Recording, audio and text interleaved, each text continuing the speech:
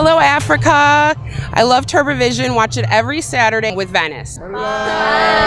Mesdames et messieurs, chers téléspectateurs, bonjour. Bienvenue à bord de votre émission de divertissement TuVision International. TuVision International reçoit pour aujourd'hui Jérôme Carlos. Bonjour Jérôme Carlos. Bonjour. Merci d'être sur TuVision International. Merci.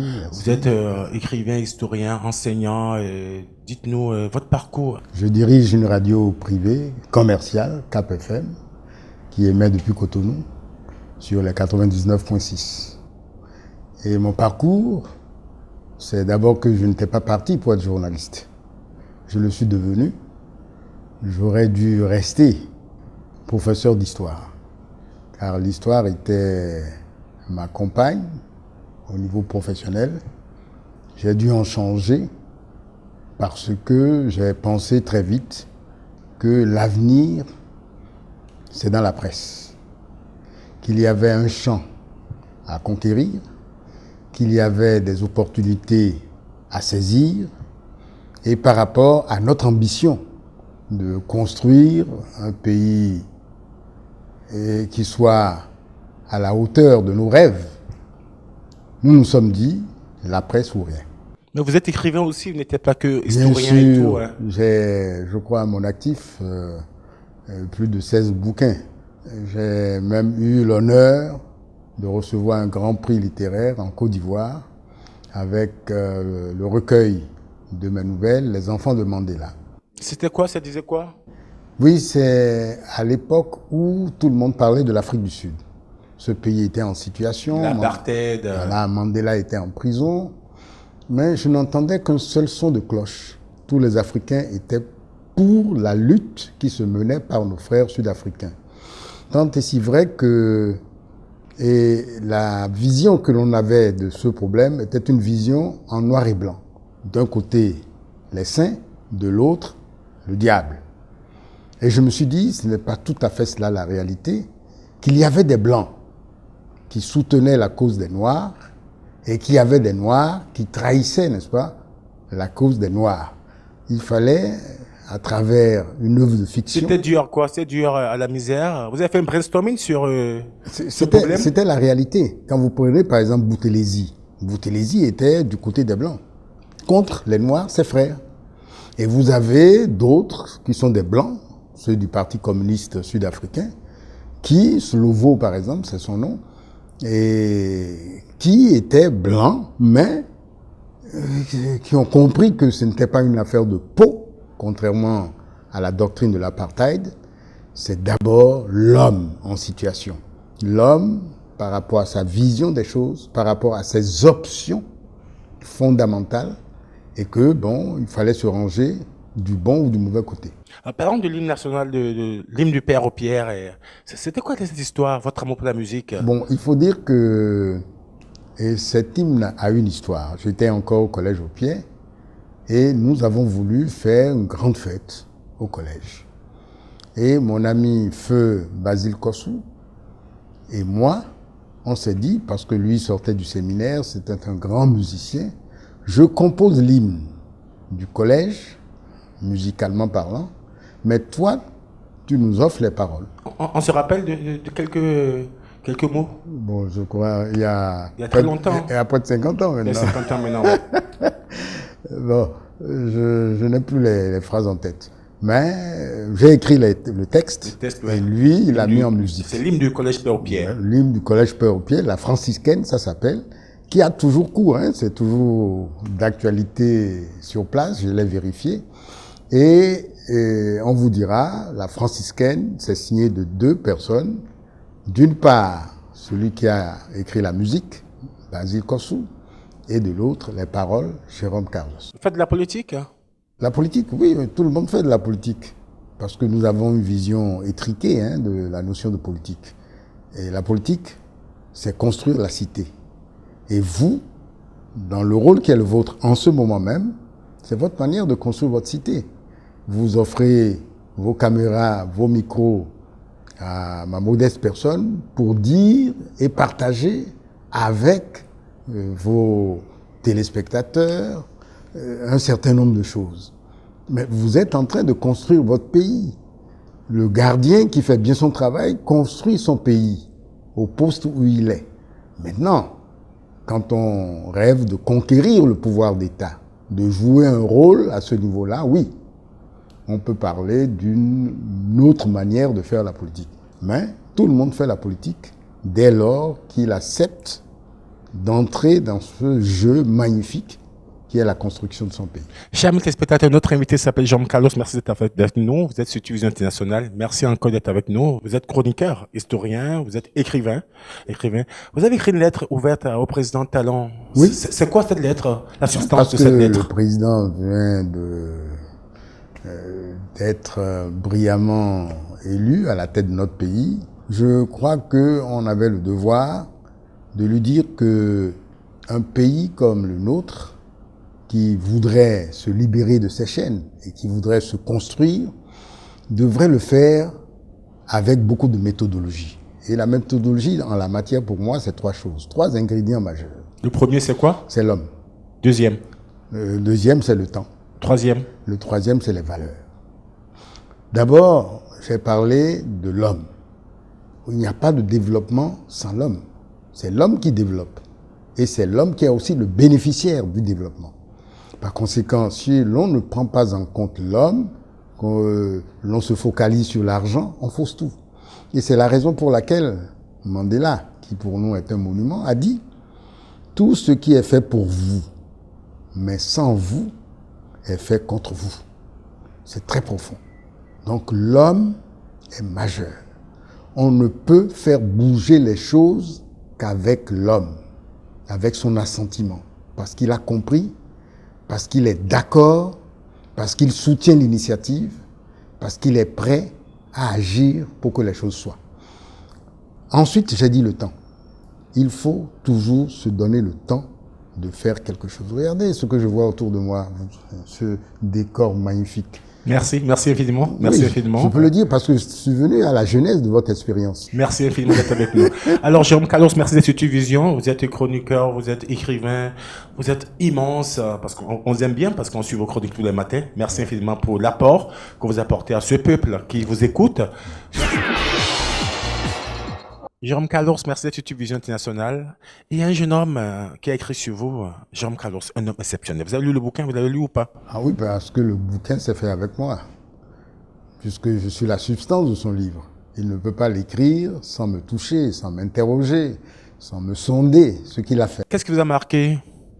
Bon, c'est toujours difficile hein, quand on parle de vous-même. C'est Pascal qui l'a dit, le moi est haïssable. Parce donc, que je l'ai lu, là, c'est fort. fort. On se fait tout petit et on se regarde dans le miroir que vous tend les autres. C'est un miroir qui m'est tendu, dans lequel je me mire et je me découvre moi-même.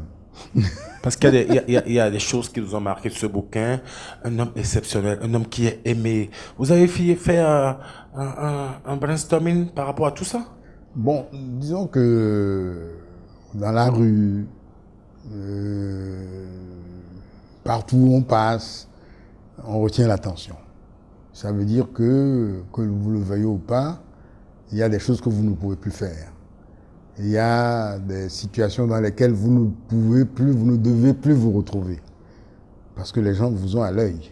Ils vous regardent, ils vous admirent, ils vous accordent un potentiel de sympathie très fort, mais la réponse ne doit pas être le vagabondage, ça devrait être une attitude qui construit. La presse béninoise, la presse africaine, est-ce que ça va bien au Bénin? Est-ce que ça va?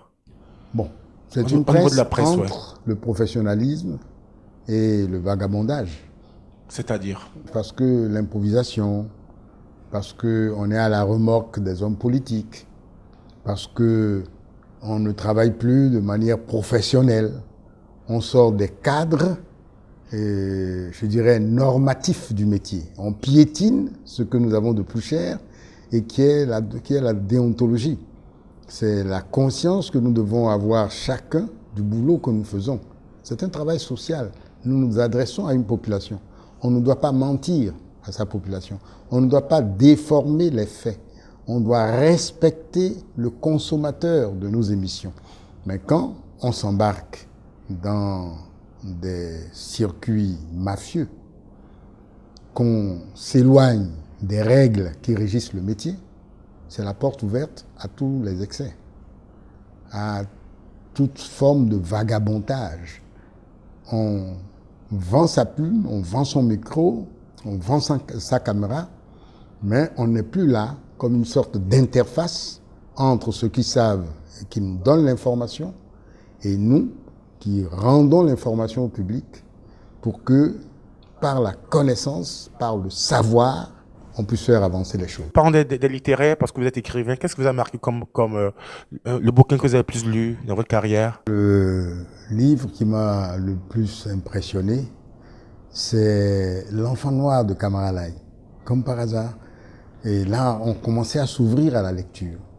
Et un Guinéen nous proposait un livre bien écrit à la portée des jeunes que nous étions à l'époque et qui nous faisait découvrir sa vie, mais à travers sa vie, nos propres vies. C'est une sorte de translation en quelque sorte. Quelqu'un qui parle de lui-même et qui vous parle de vous-même en quelque sorte. Je crois que ce livre m'a fortement marqué. L'Enfant Noir de Camara Laye. Mais par la suite, comme je suis grand lecteur moi-même, je me suis beaucoup intéressé à toute la littérature africaine, Cher Hamidou Kane, L'aventure ambiguë. J'ai beaucoup aimé un grand poète qui m'a marqué toute ma vie, c'est Aimé Césaire. Et c'est lui qui m'a appris la force des mots, car j'adore les mots. Formidable, formidable. Merci encore d'être avec nous. Alors, Jean Carlos, la religion pour vous, c'est quoi le vaudou pour vous? Non, la religion d'abord, je crois que c'est la relation de l'homme à Dieu. Et la relation de l'homme à Dieu doit être quelque chose de tout à fait personnel. C'est chacun qui construit sa relation avec quelque chose qui le dépasse. Donc, la religion pour moi est d'abord quelque chose de très individuel, de très intimiste. Le vaudou, c'est une de nos valeurs fondamentales. Mais malheureusement, le vaudou a été diabolisé par le colonisateur. Et plusieurs années après nos indépendances, nous n'avons pas fait l'effort de réhabiliter ce qui devrait l'être. Et heureusement que le président Soglo a institutionnalisé le 10 janvier comme la fête, n'est-ce pas, des religions traditionnelles, qui met en valeur le vaudou.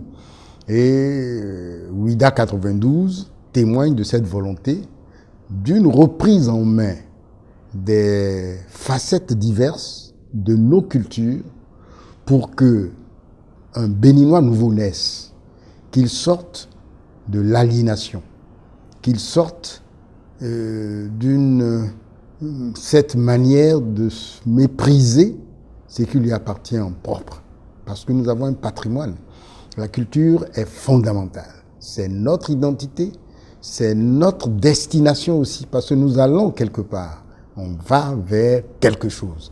Et quand on a compris tout ça, et qu'on a avec soi toutes ces armes, je parlerai comme Aimé Césaire, ces armes miraculeuses, la victoire est au bout du chemin. Merci encore d'être avec nous. C'est vraiment bien quand on vous regarde, vous avez de la mémoire. Et Béhanzin, pour vous, représente quoi, Béhanzin? Béhanzin incarne pour nous la résistance à l'agression impérialiste.